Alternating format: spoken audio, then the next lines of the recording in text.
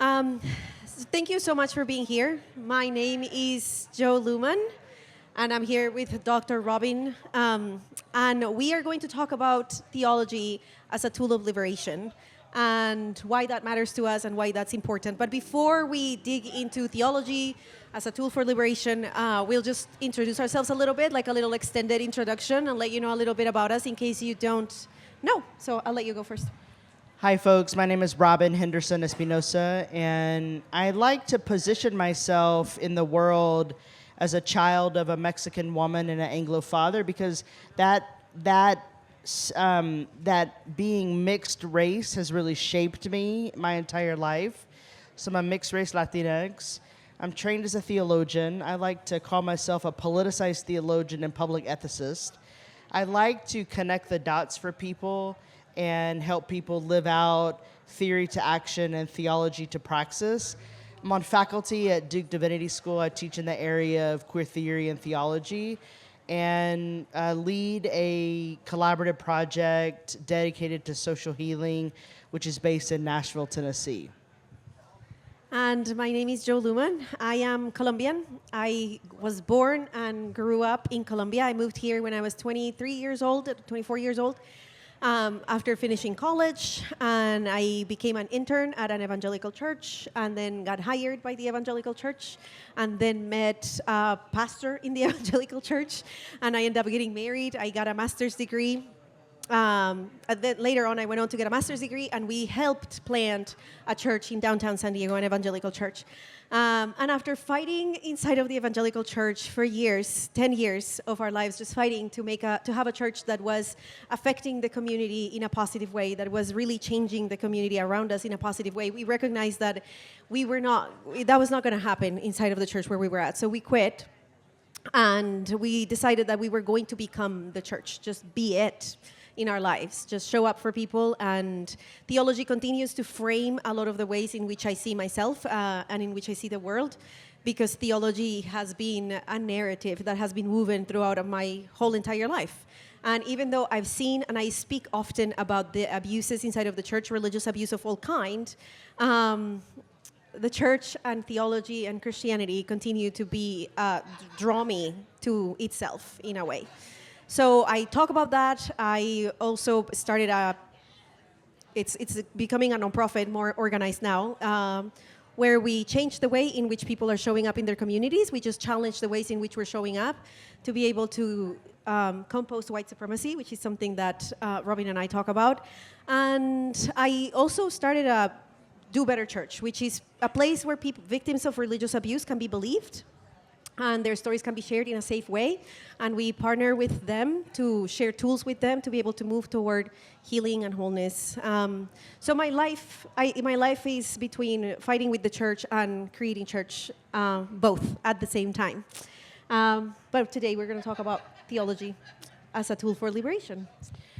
Yeah, and so I just met Jo for the first time in person on August 12th. We did my first in-person our first in-person event during the pandemic in Nashville. And I like to say, we all come from places, right? We all have community, we all have relationships. And I just have to give credit to two people who envisioned this forum that we did, the Dream Wide Forum, Jesse Ross and John Mediana, that these two guys really wanted to platform marginalized voices. And there's never been an event that talked about theology and community activism that privileged black and brown voices or queer voices or trans voices. And that was the first time that I met Jo. And Jo and I are both theologians. In fact, I would say that all of us here are theologians. Children are our best theological teachers, and we police the imagine out of children as they get older. But even though I have all of my degrees in theology, I'm a one-trick pony. Theology shapes all of our lives, and every belief we have shows up in our action. And so even though theology has been weaponized against me and Jo personally, maybe you have experienced the weaponization of theology we're here to talk about how theology is actually a tool for liberation, actually how theology can help us get free. And I love working with Joe because, you meet people who you wonder if they're reading the same book or near the same page. Like, we are on the same page, same paragraph, reading the same book. Like, we are tracking with each other. And so I'm very excited for this conversation and very excited to continue to compost the bullshit so that we can all get free. Yes, absolutely. I I met a black trans man, and we were talking about theology. And he said something to me that made so much sense to me just because I felt it in my bones. What he was saying was exactly my experience. And he said to me, I didn't learn theology for the purpose of, this was Jameis the Third, by the way, Jameis the Third. And they said, I didn't learn theology because this was the tradition that I had to grow up into. I didn't learn theology because otherwise I would be removed from community. I didn't learn theology because I was pushed into it in a way. I learned theology because it was my life-saving raft. I learned theology because I needed to be saved from a world that is so incredibly set on destroying me, because a black trans man is not welcome in this world. And theology became this raft where he got to be safe. And when he said that, I recognized that theology had played the exact same role in my life too. As an immigrant, as a woman of color living in the United States, during times of Trump, mind you not, where a lot of conversations about immigrants from the south border were just violent towards us, where people were being violent towards us with words and with actions. Finding theology and knowing that my belonging is intrinsic, that I have been created by divinity, that I carry divinity with me, that I create divinity, that I am part of creation, and therefore a creative power myself too. All of that continued to bring me back to myself and to knowing that regardless of the narratives, regardless of the experience of being in my body, in the world that I live in, my belonging was coming from within me. I didn't need to belong to anybody else. I didn't need to be accepted by anybody else. And that wasn't permission to harm another or to do anything. It was simply an acknowledgement that my belonging was mine, that nobody could take it from me.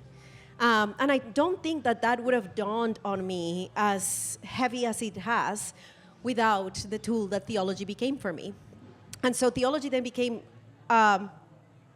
even more so a tool for healing and for liberation and to come back to myself, to come back to who I am. Do you have something? Because then I'll go and I want to share a story, but it's not related. Well, I just want to say just one quick story about how theology was weaponized against me, and then maybe we can pivot. Yeah. Early in my ordination process, when I was living in Chicago in seminary, a cis white gay man told me I had an allergy to myself, and I have always identified as queer. I've never had exclusive desire for one gender or the other or the multitude of genders that exist. Queerness felt really true for me. But for him, he was a gay white man and very sort of stably gay. And he said that I had an allergy to myself. And he put me through these hoops that normally people wouldn't have to go through, right? And so the internalized oppression that often gets perpetuated in relationship with other marginalized folks is the thing that is weaponized, or is the weapon itself. And I just want to say that for those of us who are in power, who have any kind of jurisdiction over people, let us be mindful of the stories that we carry within us, so that we don't harm other people, lest we also harm. Right. When I first left the church, I left quite hurt and wounded. There was a lot of abuse involved in our leaving, and there was just a lot of pain, a lot of misogyny that I had to go through. I was usually just the only woman in a room that was ordained and that had a master's. Actually, in fact, I was often the only woman that had a higher education. postgraduate education is what I mean. But still, there was this like, but you don't belong. You just don't belong here. And I remember thinking in the middle of being in that church and hearing all the narratives about the God. See, because there is a big difference between hearing about God and talking about God when you've never needed God, and talking about God when divinity has been your saving raft. There is a big difference. So I would sit in these rooms where a lot of men were talking about God in evangelical conferences, and they were talking about God, and the God that they were talking about was so foreign to me. I didn't know this God. And because of all of the narratives that we hear about ourselves, what I internalized that as is perhaps I don't know that God. Perhaps, when I was much younger, perhaps I don't know that God, or perhaps that God is not interested in me. Because that's the narrative that we're told all the time, that God is not interested in you. There is something about you that is not right.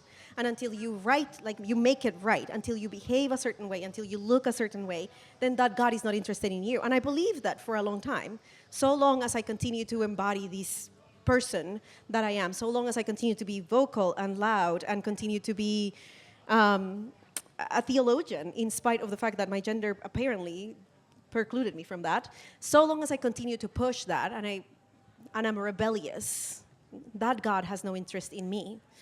And so I decided to study the book of Genesis really intensely, because I was told that I would find the answers in the Bible. And I was like, all right, well, you told me I'll find it. Like, I won't stop reading until I find the answers. And so I would read one chapter of Genesis a week and read over and over in Hebrew and in English and in Spanish and in whatever language I could understand it, and read it over and over and over again, because I needed to find answers and I needed to internalize this message. I needed to not have any more questions about who I was or why this God was not interested in me. Like, why is this God, not interested in me at all? And I got to the story of, I forgot his name, Jacob. I got to the story of Jacob, and you see Jacob fighting with God throughout his life. His name means heel grabber, and he grabs the heel of his brother when he's coming out. There are all these narratives that are, the way I read them now, they are just stories to tell a bigger narrative. They are not actual literal realities. And the whole time, this Jacob is fighting with God too. The whole time I kept seeing Jacob being like, you're not interested in me, I'm just a second best. You don't see me unless all of these things. And then one day he has this fight with God at night, and he spends the whole night, he sees a stair, which is another conversation, but he has this fight with God. And in that fight with God, God says, I will not, it's almost to be morning, and he says, I'm not going to let you go. Jacob says to God, I'm not going to let you go until you bless me. And it's that desperation, I'm not going to let you go. It's a desperation I was doing. It's the exact same thing I was doing with the Bible. I'm not going to let you go until you tell me why this God is not interested in me. I'm not going to let you go. I'm just not going to let you go. And I say that I came up with a limp, and I came up with a new name, just like Jacob. And the limp just meant that I was walking different, because I understood it's not that God wasn't interested in me, it's that I was told that a projection of men was a God, but God was always within me. God was always to be found here. And when that became a realization for me, and my name was changed, and I started walking with a limp, which meant I just started walking with the confidence of knowing this is how I'm supposed to walk, it's fine, then my process of healing from that trauma really began. Because then I was approaching myself from a place of knowing I am made how I'm supposed to be made. I belong because of who I am. And coming from that place and approaching the world from that place, when the world continues to tell us that we don't belong and continues to tell us that we're not good enough, changes every single interaction that you have. It changes the way that you interact with others, because it changes the way that you interact with yourself. I was not longing searching for approval. I was not longing having to prove anything to anybody. I got to be whoever I was, and I got to be confident and comfortable that whoever I was not just good enough, but fantastic. It was fabulous. I needed to be and expand and take a space in the world. So when we talk about liberation, we are not talking about just, I'm genuinely talking about the ability to exist in a world freely, full of joy, enjoy your life, even though the world is so set on absolutely destroying you. even though there are these systems of oppression that are absolutely set on making sure that we are treated as assets, that we are treated as just tools, that we are treated so improperly that people cannot see us, really. Other systems cannot see us. But when we are liberated beings, everywhere we step foot into, we bring this creative power of God, or divinity. I don't believe in a God, but in divinity. We bring this creative power and we change the spaces because we are safe. And when we're safe with ourselves, others are safe with us too. And so when I speak about liberation, I speak about genuinely bringing heaven on earth, and that will never happen until we're liberated beings. So that's what theology as liberation for me has been. That's why it's important to me. That's why it's become that. I love that you said, I don't believe in God, but I believe in divinity, because so much of my story has been rejecting, God is a contested term. For a lot of people, God is some white man living outside of time and space, that we're on puppet strings and directing our lives and whatnot. And I got to a point while I was in seminary doing my master's degree where everything unraveled because I was working in critical care medicine as a chaplain. And I was doing my residency as a chaplain as a discernment process, whether or not I would continue on to do the PhD and become some sort of scholar, or would I stay in the church? And this moment in working in critical care as a chaplain, providing spiritual care to people who were very, very sick, or maybe who had attempted suicide or had overdosed on some sort of drugs or anything, I found myself realizing my human capacity to know with certainty that there is a God is limited. And I found some solace there because everything unraveled for me, and I was no longer interested in this white male figure outside of time and space. I was more interested in following the ways of Jesus, in this ethic of a life, of a contemplative life in the way of justice that could shape me. And so I gave up all the labels. I'm not Christian. I'm agnostic. I just don't know if there's a God. But something about the teachings of Jesus, something about hospitality, something about disrupting the status quo, something about pushing back on power structures resonated with me. And for me, that is what I leaned into as I went into my PhD program, to learn how actually I could study something that could shape me in a way that I could live a life of liberation. And not just liberation for myself, but collective liberation on a global scale. What is the ethic that we need to liberate ourselves and each other? Because, friends, the teachings that are coming down the pipeline on whatever news channel you're watching is not leading us to a place of global liberation. It's leading us into conforming into the status quo. And I hate being conscripted into the progressive Christian space, because I'm neither progressive nor liberal, neither traditional nor conservative. I'm a liberationist. And being a liberationist means that you opt out of this 19th century liberalism into which we are all conscripted, that perpetuates hyper-individualism. I'm interested in togetherness and community, and that is why I love being in conversation with Jo, because Jo is not just interested in her own liberation, but in the liberation of everyone else around her. That's another thing that we learn. The closer we get to divinity, whatever that, the closer we get to our own divinity, then we can't deny it in another, And so liberation doesn't become about me anymore, because I want you to be liberated as much as I'm liberated. And seeing any oppression breaks our heart. And I'm going to speak a little bit more about this on Sunday, but if our heart is not broken, if we are not feeling pain for anybody, and we let our theology determine who gets to receive our compassion, if we let our theology determine that, then what is that theology? If not a tool of oppression, a weapon of oppression is what I call it. Because see, as much as theology is a tool of liberation and has been a tool of liberation for you, for me, and for many people before us, theology is also an incredibly powerful weapon of oppression. Yeah. And the problem I find is that when theology is not a tool of oppression in our lives, then what is really the alternative? There is not a lot of alternatives aside from it being a debate amongst privileged people about who's right about the divine, which is absolutely a ridiculous debate when people are dying of hunger outside in the world. Or it is an active weapon of oppression, an effective weapon of oppression. And we all have to determine, what is my theology in the world? Like how does my theology affect me personally first? And then how does that then affect the world around me? Because it either doesn't change your life or the lives of those around you, your community.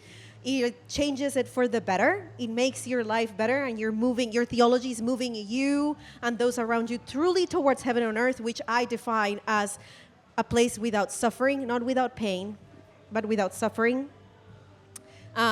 Or it's moving you toward more oppression. It's giving you all of the excuses and all of the theological arguments to be able to say, well, this oppression is actually appropriate per God. And that's what we've seen throughout history. Our ancestors, where there were discussions, there is a debate, it's called the Valladolid debate. And theologians were sitting down, white theologian, European, Western European men were sitting down in rooms in Europe, and they were discussing whether my ancestors, our ancestors, had souls or not, whether black people that were being enslaved had souls or not. And the discussion for these was very important for them. It was a theological discussion. This wasn't just a political and economic discussion, though of course there were all of those elements in there, but it was also a theological discussion, because theology was going to be able to give them the justification for political and economic oppression that they just couldn't justify just because. Because the only other option is to say, we were greedy. They couldn't say that. Nobody can say that. None of us, a lot of us are, but most of us fight the awareness that it takes to be able to look at ourselves in the mirror and say, I did this because I'm greedy.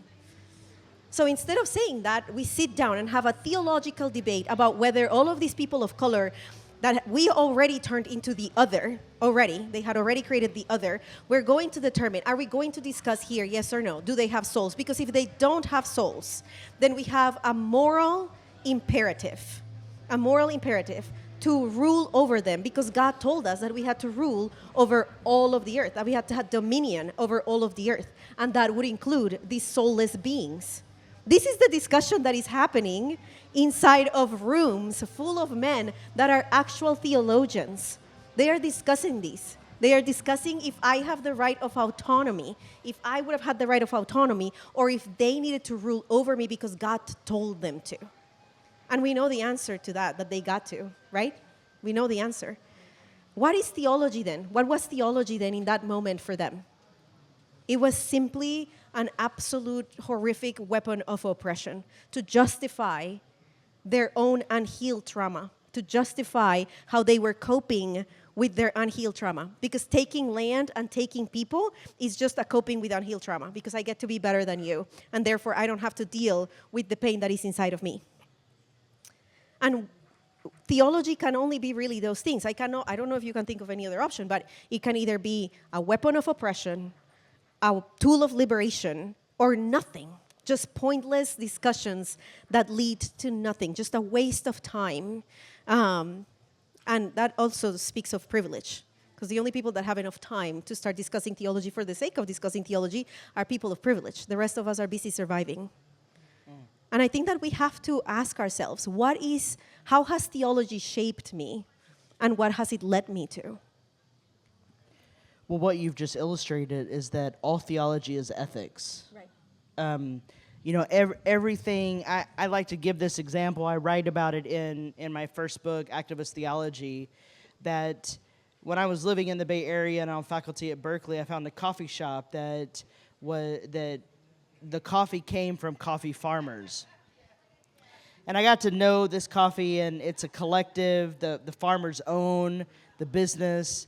And if you buy their coffee, all the proceeds or the profit goes back into the hands or the pockets of the farmers. And the farmers are all over Latin America, all over the continent of Africa. And, so these are underprivileged, under-resourced farmers. And I thought to myself, I really like a good pumpkin spice latte when it's crisp. But is it ethical for me to go to Starbucks on the daily, or is it more important for me to resource those people who lack resources? Every theological belief, what we think about theology, shows up in our lived practice. So do I think about sustainability? Do I think about that it is important for those who are under-resourced or underprivileged to have what they need? Absolutely. So then, what are my ethics to support that theological belief? For me, what that started to do is I started to buy coffee exclusively from this coffee place, Pachamama Coffee. And Pachamama is an indigenous term which basically means Mother Earth.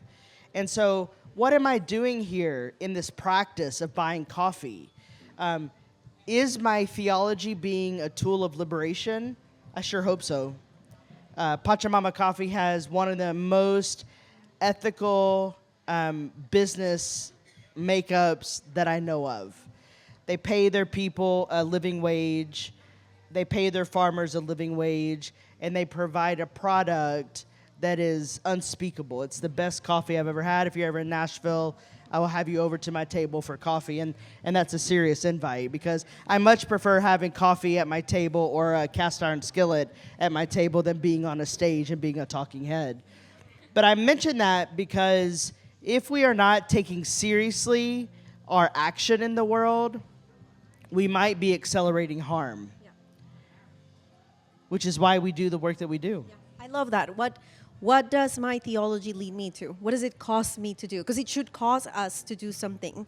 And that's exactly how I live my life too. What does it cost me to do? So I'm a board member at my kids' school because my theology causes me to do that, because I need schools to be safe spaces for all children, regardless. Especially now. Being a board member right now is almost like it's a dangerous position. It's a dangerous volunteer job. But you made me think of something that I talk about, because there is a conversation in these polarized times. There is a conversation about everybody thinks they are right? And so that's where ethics matters. Right. The problem, let's talk about the difference. This made me think of that, and I think that you would be the best person to talk about these. What is the difference between morality and theology? And why does that difference matter? Because I make that differentiation with people often to understand, we need to understand that people that we disagree with, they are agreeing with their morality, even if it disagrees with our ethics. But their morality, they are agreeing. They think they have good morality, and they are correct, they do. But they have bad ethics. And so understanding that difference helps in polarized times, with polarized conversations too. It helps say, okay, I can tell the difference between one and the other, and when I'm causing harm and when I'm not causing harm. Well, and some of this is a little bit antiquated. Like morality is a bit of an antiquated generational term. The discourse now, even though there is a field of moral philosophy, it's informed by Catholic social teaching, but really the discourse is more about ethics and action. And morality is really tied to values. And so what are our values? Let's just take Texas, for example. Do we value the autonomy and agency of people with uteruses or not? And that becomes the ethical decision, right? And that becomes then a moral decision too, because when your morality says, no, we don't value them, then the right thing to do is to protect the air. Right, because exactly. that's the conversation we're having. Exactly. It's a conversation of patriarchy. Exactly. The right thing to do is to protect our assets, so these people stay busy. These people stay. So the morality is telling them that we don't value that. Right. But the question of value matters. It's important. Well, and these values are tied to norms. Norms and values are tied together, which comprise of sort of a moral stature, if you will. and our ethics, our lived practice. I mean, I know a lot of people who value one thing but live out something different, right? And I'm always very curious about how people reconcile their values with their action. And I think that we are not formed in a way to think critically about these things, largely because we're taught to protect ourselves, take care of ourselves, right? It's this hyper individualistic, scarcity mentality environment where if we take care of ourselves and get what we need, then we're okay. Right. Then we're doing the right thing. Right. When in fact, we actually might be accelerating harm against ourselves and a whole society. Right.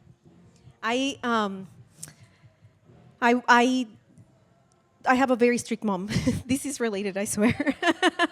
I have a very strict mom. Growing up, not anymore. She's more laid back now. But when I was a little girl, she was very, very strict. Like I was afraid of my mom. My sister and I knew when she got home. We could tell when she got out of the car. I could recognize her shoes, like the noise of her shoes. This is a trauma response. I was so afraid of my mom. I could hear her shoes, and they were different than any other shoes. I knew the sound of my mom's shoes, and I knew, like, my whole entire body would become hyper vigilant at the moment. And because of that, I became a really good liar, fantastic liar. I still am very good. So you'll never know. I'm kidding. I became a really good liar. People don't lie, and inside of the Christian world, I was told that I was immoral because I was a liar. And I remember always writing down in my journals and praying to God that He would help me stop lying. And I would confess to others and be like, I'm a liar. Like sometimes I lie, and because I didn't know that the reason I became a liar was to protect myself. The reason I became a good liar was because I was afraid of my mom, and I learned to protect myself. And then I had children. And I remember the first time my daughter lied to me. And I looked at her and I said, honey, what have I done to make you feel unsafe to tell me the truth? This is on me. What have I done that you don't feel safe to tell me the truth? Because what she did wasn't immoral. What I did was unethical. The fact that she didn't feel safe to be honest with me was what was unethical. That I did something to bridge our trust. That was unethical. But what she did wasn't immoral. I mean, and it could be immoral for some because values, right? Because we don't value children. Right. Because we don't value children in our society. So it was immoral that she lied to me. I could have been completely outraged that my daughter dared lie to me. I could have been, and I would have been right because it was immoral behavior. But it was ethical because she needed to protect herself from me. And then I had to ask a more important question. Why is my daughter lying to me? Why does she feel the need to lie to me? And then that changes everything because you start talking about moral questions in a more nuanced, important way. You start asking the more important questions. When I became pregnant with my fourth kid, it was a surprise child, and I had to go to the doctor, and the doctor looked at me and said, another child? And I was like, yes.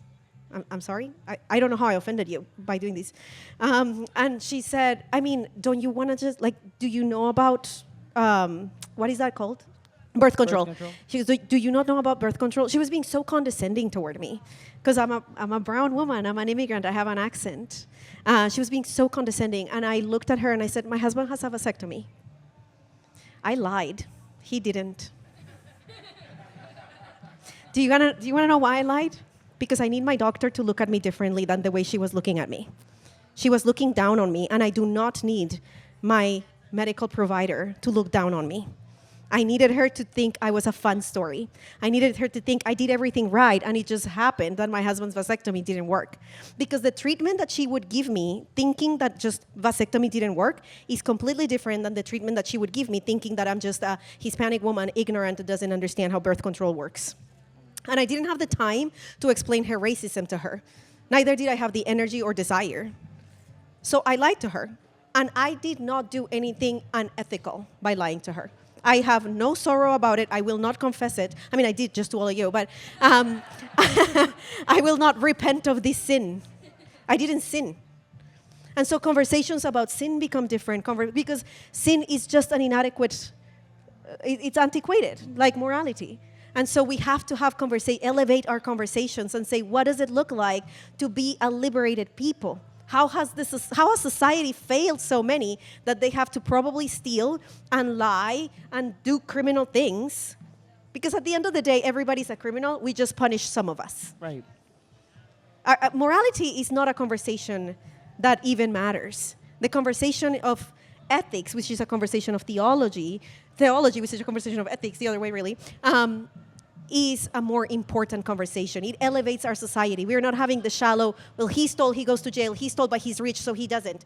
It elevates the conversation instead. Can we talk about how our society is failing people, so they have to go into maladaptive coping mechanisms to be able to survive? That's more important. Thank you. When my partner and I were in California in May for a sabbatical, our car was broken into when we were in the Bay Area. We went for a weekend. I had this grand plan. We'd stay in the city at this really new hotel. My version of camping is at the Hilton or Marriott. I'm not choosy which one, just one of those. And I had gotten a hotel, and we had dinner with a clergy colleague, and we come out, and I noticed that the car window was broken, and all of our stuff was stolen. And after we calculated everything, it was over $10,000 of stuff that was stolen. Now, yes, I have insurance that covered all that, but underneath all of that, I was going to be okay. But what about the people who broke into the car? This was a crime of desperation. We were living in a pandemic. People don't have what they need. And so my ethics kind of checked in. What do I need to do to make sure that I recover my stuff, but not criminalize someone breaking into my car? One of the things, if you know anything about insurance, is you have to call the police. So I reported it online because the Oakland police, there's so much crime that there's nobody to take your call. So I reported it online, and then lo and behold, someone found my suitcase with all of my medicine in it, and everything intact. But my partner's suitcase was not found, and so we had to recover their stuff. But I mentioned that story because, I could have been punitive about this if I didn't have an orientation that there is so much lack and scarcity in the world that this crime, if you want to use that term, was one of desperation. People don't have what they need. How can theology be a tool to help people get what they need? How can theology be a tool to help people get freer than where they are? And I'm mostly talking to white-bodied folks, because white-bodied folks have internalized a punitive system of ethics and a theology of scarcity that demonizes anyone who is like me, trans, queer, and of color, and Jo, an immigrant woman of color. And yet, how can our theologies create a tapestry of difference that creates conditions for liberation? That's really what we're trying to do here, is create conditions for another possible world. Yeah, that's exactly it. Create conditions for liberation. Because liberation is not, we talked about how liberation is not just individual. Right. It's not just about me. It always becomes about us. Right. But also, liberation doesn't happen individually. Liberation happens in community. Liberation happens collectively. So that then changes the conversation of church, right? Because church now, it's not a club where we got to meet one another and find people that think exactly like us. That's not a church. That's just a club. You might as well just open up a country club or a book club, and you'll have the exact same results. Church then becomes a place of liberation. What does it look like to become a spaces of liberation, whether you go to a corporate church or not, whether you are a part of one or there is so much drama in your life like in mine, where being a member of a church quite literally makes me want to curl up in a ball and cry. It does. But it doesn't mean that I'm not a part of the church. It doesn't mean that I'm not moving the world toward liberation. It doesn't mean that I'm not committed to saying, what does it look like for my life to be the extension of liberation together? And how do I invite others to be liberation for me? because we can't do these alone. And we had a conversation yesterday, and we talked a little bit about safety and how do we become safe spaces for people to be everything that they need to be, not have to edit themselves. Have you ever been in spaces or with people that you have to edit themselves around? Like, you know that if you don't edit yourself around them, there is just conflict that you're not wanting to deal with? That's exactly the opposite of liberation. And how do we become people that nobody has to edit themselves around? What does that look like? And more importantly, who are the people that edit themselves around us? I asked a question once on social media. I said, being aware of who I feel safe around naturally and not is important. I know, because when I walk around spaces, like, I know that you're not aware of these, but the moment that a person of color enters a room, the first thing we look for is another person of color. We do, right? Yeah, I know exactly how many people of color are here. We look for the other people of color because we have always been, minoritized. That's not the right word, but you know what I mean. And so that's important. I always know who I'm not safe around. I'm not safe around men. I'm not safe around white people in general. I'm really not safe around white women. I'm not. And all of that is safe, and I need to know that. I need to be aware of that. But more importantly was learning for me, who are the people who don't feel safe around me? Do black men feel safe around me? Probably not. Because women that are not as dark as black men, we also have been harmful toward black men. Do trans people feel safe around me? No, I'm cis. Chances are they won't feel safe around me. Do Muslim people feel safe around me? No, I'm a Christian. I'm a pastor. They probably don't feel safe around me at all. Atheists? Probably not.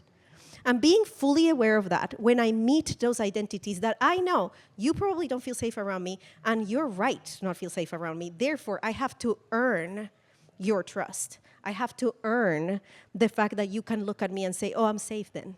I have to earn becoming a space of liberation for you. I have to earn that. And back to Jesus.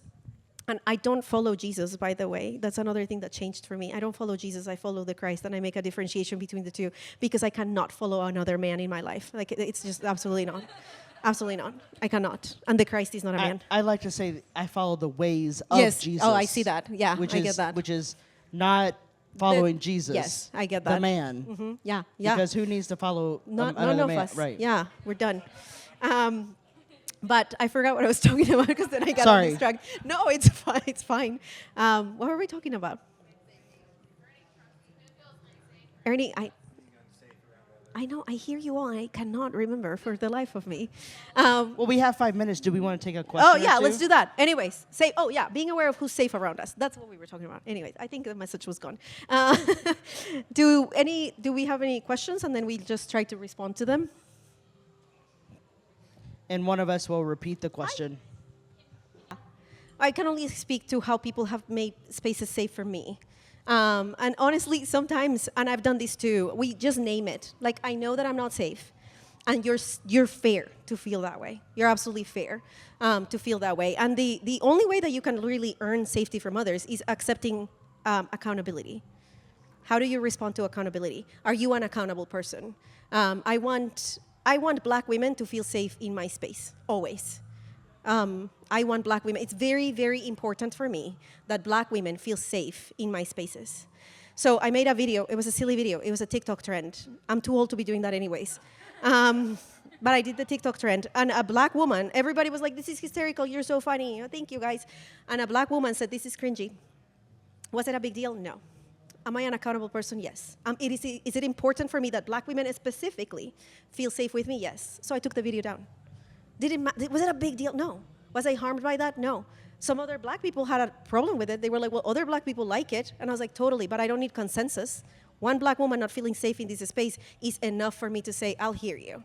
You're that important to me. And she didn't have a large platform, and she didn't, nothing. We didn't know each other really well. She didn't have to have all of that with me. But she felt unsafe in my space, and I did whatever it took to ensure that she felt safe, which was just deleting a video. I got it easy, actually. Are we willing to do that? When somebody that is more marginalized than us, that doesn't feel safe around us, says, that made me feel unsafe, do we immediately go into defense like, well, I didn't mean it. That was not my intent. Well, you know that I had good intentions. You know that, that's not, I think that you're overreact. Do we do that? Or do we say, gosh, what can I do to make it safe for you? I apologize. I didn't see that. I didn't notice that. What do you need from me? Are we accountable people? So I would say that, but I think that your experience is... Well, I think that there's no such thing as safe space. We can create conditions for safety, but safety only happens in relationship.